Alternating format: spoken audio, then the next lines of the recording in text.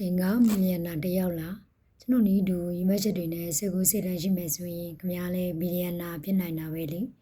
ဒီအတွက်ကုမ္ပဏီများဆိုင်လုပ်ဖို့လုပ်ငန်းလမ်းညွှန်ချက်တွေကိုများဆိုင်လုပ်ခဲ့တဲ့ပြည်သာဆိုတဲ့ကျွန်တော်ရဲ့တငယ်ချင်းကမျောတာပေးခဲ့တာများဆိုင်လုပ်ငန်းလုပ်ဖို့ရှင်လန်းစားလို့ကူညီပါလိမ့်မယ်ကုမ္ပဏီတို့များဆိုင်လုပ်ဖို့အကြောင်းရင်းများလက်တန်လုပ်ဖို့ငွေတက်လို့အဲ့ဒါဟာငွေတက်လို့တဲ့အကြောင်းရင်းပါပဲဒီနေရာမှာကျိုးမြတ်ဖြစ်ထွန်းနေတဲ့ကုမ္ပဏီတစ်ခုထူထောင်ရာကယင်းနှငွေတက်ပြေးဖို့လိုအပ်တဲ့အိဗယ်ပါဘယ်လုပ်ငန်းရှင်နဲ့စွန့်စားတဲ့ငွေရှင်တွေနဲ့ဆွေးနွေးဖို့လိုပါတယ်အထူးသဖြင့်ယင်းနှမှုဘက်တစ်ကိုစစ်တွင်ရင်တလုံးတစ်ခဲတဲ့ရရှိဖို့ရရှိပါတယ်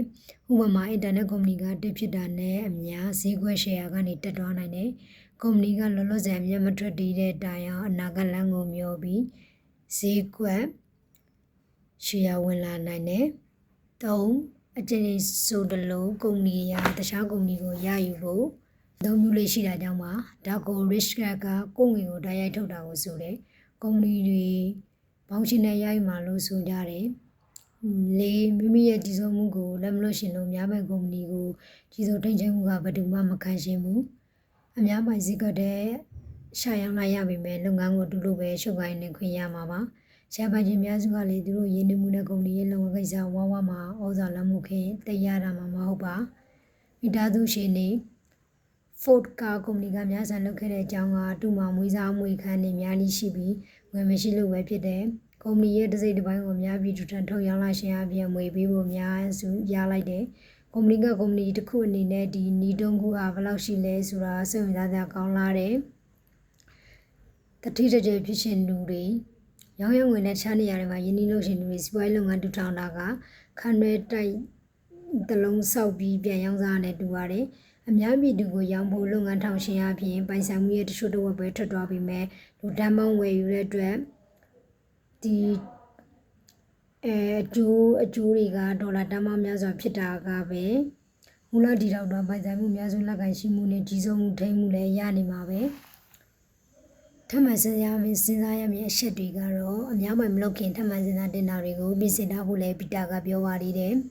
ဒီဘက်မှာဘယ်သူကဥဆောင်လှုပ်ရှားနေပါတယ်လဲကုမ္ပဏီပစ္စည်းဒေတာမဟုတ်စေကူရင်နာရဲ့ကြားမှာ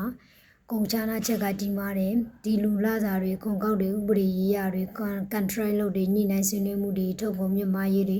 ငွေပြောင်းဖို့စီမံနေမင်းတို့တိုးပွားဖို့တိုးကင်ထားတာကြည့်ဖို့လိုပါတယ်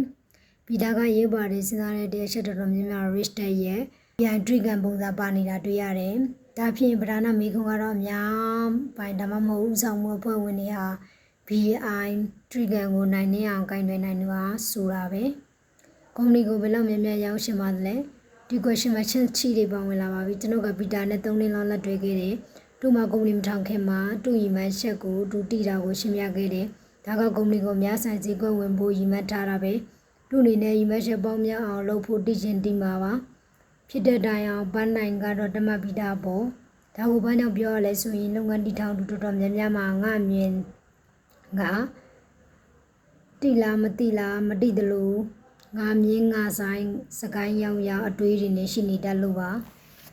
ယင်းဤသူတွေရဲ့ရှေ့ခံမှုအရာထွက်ပေါက်ပြူဟာဆိုတာရှိရမယ်ကိုယ်ကလုပ်ငန်းရှင်တယောက်ဟာကိုယ်ကလုပ်ငန်းကိုဘယ်လိုထောင်ပါလဲ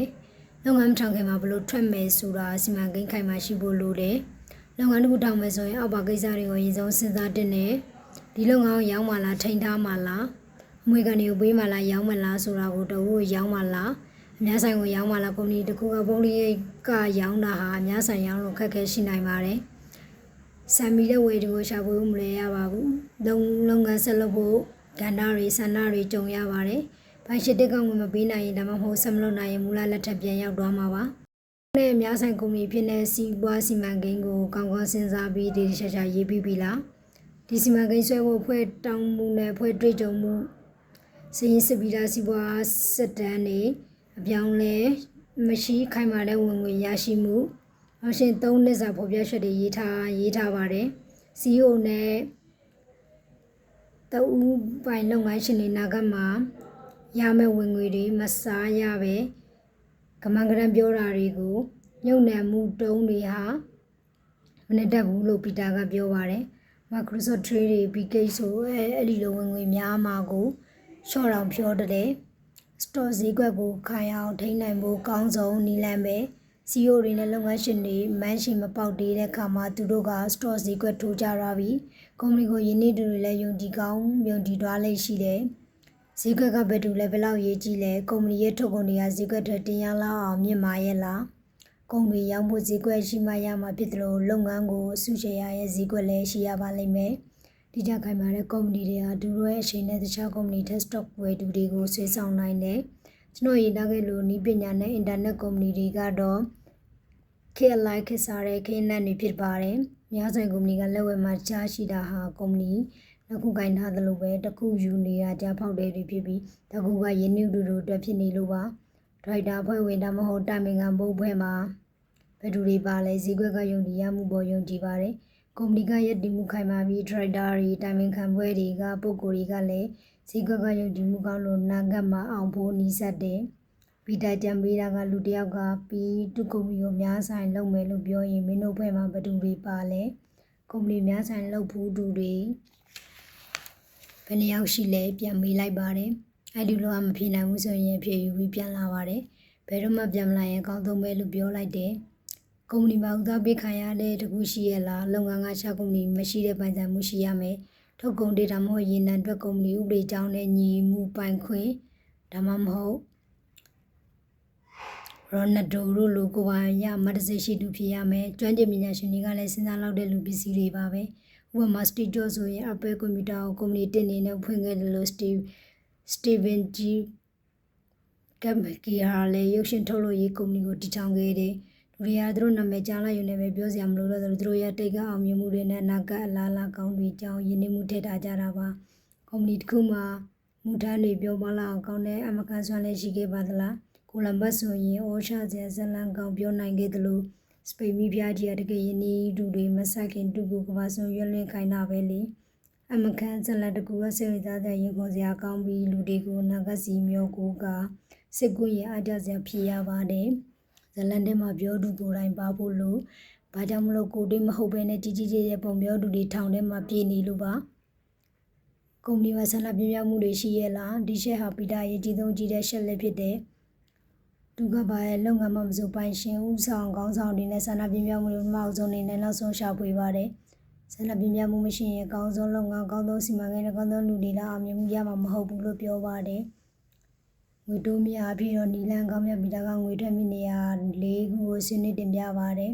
်မိတ်ဆွေများမိသားစုများလူစားတွေကမင်းကိုခင်တယ်မြတ်နိုးတော့ငွေတွေလက်လွတ်စပယ်ထုတ်လုပ်ပေးတတ်တဲ့ငွေရဖြစ်ရမှာဒီနီလန်ကိုရမယ်ရစ်တက်ကပြောကလေးတွေကိုပိုက်ဆံမပေးနဲ့ဒါသူတို့ပြောညံ့ပြီးကောင်းတာလုပ်ပေးတာပဲဒီဆောင်ငွေတိုးတက်အောင်ဘယ်လိုလုပ်မလဲတင်ပေးပါရစ်တက်ကငွေကိစ္စမှာတစင်ပြောပါသေးတယ်ရစ်တက်ကစာအုပ်ကိုဖတ်ဖို့မဲ့ဆိုရင်ဒူစတိုဆိုင်မှာတူတာနဲ့ကျွန်တော်ကိုခဏခဏမပေးပဲလကားခိုင်းခဲ့တာမှတ်မိပါတယ်လူကိုပတ်စံပေးခိုင်းတာကကျွန်းစိတ်လောက်တာပဲဒီကလှုပ်ဖို့ခွင့်ကလန်းကိုဒါလောက်ခိုင်းပြီးမိပုံစံနဲ့လုပ်ငန်းတစ်ခုဖန်တီးဖို့ကြံပေးတယ်အဲ့ဒီတွဲဤတုန်းကကာတွန်းစာအုပ်တွေငါးစားတာတွေမဟုတ်ပဲကြီးတော့လေဒီတိုင်းပဲတခြားလူတွေကလကဒေသလုပ်တွေချနေကျွန်တော်ကဇွာရေးလုပ်ငန်းထောင်ရမဲခွင့်လန်းကိုလက်ပတ်ကြည့်နေတယ်နတ်ဒီဗရက်များစွန့်တွင်သူတွေကိုကိုနေရှင်နယ်ရစ်တစ်တွေပါပဲသူတို့ကမြို့တော်ကြီးမှာစွန့်တဲ့တစ်တွေလမ်းပွင့်အောင်ငွေအားဖြင့်ထောက်ပံ့တယ်လို့ငယ်နဲ့ချမ်းသာတဲ့စွန့်တင်တီတင်လူပြကြံတွေလည်းပေးကြတယ်သူတို့ကလူငယ်စီးပွားရေးလုပ်ငန်းရှင်တွေများတဲ့နိုင်ငံချမ်းသာတဲ့နိုင်ငံလုံးမှတ်ယူကြတယ်စွန့်တွင်စိတ်ဓာတ်ကိုပေးစွမ်းနိုင်တာနဲ့မြို့ပြတွေလည်းဖွံ့ဖြိုးလာမယ်ဆိုတာကိုသူတို့တည်ကြတယ်အဲ့ဒီနက်ကောင်နက်မြတ်တွေရဲ့ကျေးဇူးတွေကြောင့်မြို့ပြနဲ့ဝေးတဲ့နေမြို့တွေမှာတော့ကွန်ပျူတာအင်တာနက်တွေနဲ့စွန့်တွင်တွေပေါ်လာကြတယ်စစ်ကလူငယ်များပြားနဲ့ဒီစွန်ပြီးမြို့ကြီးတွေပေါ်တလုံးမဲ့စာနေရတဲ့ရမှာကိုယ်ဝိုင်းစီးပွားရေးလုပ်ငန်းထောင်နိုင်မယ်ဆိုရင်ဂျန်တဲ့ကဘာကြီးနဲ့လိုလျောက်ဆက်တွဲမိပြီးမြို့ငယ်တွေဟာခင်မီတိုတက်လာပါမယ်ပြီးခဲ့ရစီတဲ့မြို့တွေလုပ်ပြီးခဲ့တာတွေမိုက်ကယ်ထေယာမိုက်ဆက်တွေတူအရေးခိုင်းမြို့လေးကျေးဇူးပြုခဲ့တာတွေလန်ဒရုံကဩစတြေးလျနောက်ပိုင်းပရီမစ်တေမြို့လေးအတွက်ပံ့ပိုးခဲ့တာတွေကိုထောက်ရင်စွန့်တင်တကိုးစားရင်တွေကိုမြင်ပါလိမ့်မယ်စွန့်တင်နေတဲ့နောက်ဒေတာတွေကမြို့တစ်မြို့ရှင်တဲ့ပွင့်ဖြိုးမှုအရေးကြီးတဲ့ကဏ္ဍလောက်ဆောင်ပေးနေကြရတယ်ပုဂ္ဂလိကယင်းနေသူများကုမ္ပဏီမှာယင်းနေသူတွေကိုပုဂ္ဂလိကယင်းနေသူတွေလို့ခေါ်ပါတယ်ဒီလိုတိမတ်ပြုခံယင်းနေသူတွေဟာယင်းနေသူတွေထက်ကျွမ်းကျင်ယင်းနေသူတွေဖြစ်နိုင်ခြေရှိပါတယ် ရာတာပြီးကျွန်တော်ဟာရှုံးတာများတယ်ဒါကြောင့်လောကတွေ့ကြုံတဲ့စီးပွားတွေ့ကြုံတွေကိုယင်းဒီပြီးမှကုမ္ပဏီတွေမှာပုဂ္ဂလိကကုမ္ပဏီတွေမှာယင်းဒီတွေပုံအော်တင်တယ်လို့ပြောချင်တာပါပဲယင်းဒီတွေများပြည်သူများများဆန် share တွေကိုထုတ်ရောင်းတဲ့များဆန်ကုမ္ပဏီတွေမှာယင်းဒီတွေကများပြည်သူယင်းဒီတွေလို့ခေါ်ပါတယ်ဒီယင်းဒီမှုဟာပုဂ္ဂလိကကုမ္ပဏီမှာတော့ထည့်ရတဲ့စိတ်ချရပါတယ်အကြောင်းရင်းကနိုင်ငံနဲ့ရှိပြီးလုပ်တဲ့စုကြည်ပါလာတဲ့လက်လုံးရှုံမှုရှိတာကြောင့်ဖြစ်ပါတယ်များဆန်ကုမ္ပဏီဖြစ်ဖို့ဖွဲ့စည်းတွေကကြကြမမစစ်စစ်ပြီးခွင့်ပြုတာမလို့ယင်းဒီတူအနေနဲ့စွန့်စားမှုလည်းနည်းနိုင်တယ်လို့ဆိုနိုင်တယ်ဒါပေမဲ့ယင်းဒီမှုနဲ့ရှင်းလာရင်ဘယ်လုံးကမစွန့်စားရတာမငြင်းနိုင်ပါဘူးခြေတိုင်းမှာကျွန်တော်ပြောခဲ့တယ်လို့တွင်းလူဖြစ်နေယင်းဒီတာကကောင်းတော့ကောင်းပါတယ်ကောင်းတော့လည်းမကောင်းဘူးပေါ့ဒုက္ခတိုင်းကုန်မှုသိမရှိဘူးလို့ဆိုပါတယ်ဘာဖြစ်ဖြစ်ယင်းဒီတူတွေဟာဒီကိနေနာမှုမရှိအောင်လုံငန်းရှင်တွေဘက်ကကြိုးပမ်းအားထုတ်ရမှာအမှန်ပါပဲလို့ပြောသွားခဲ့ပါတယ်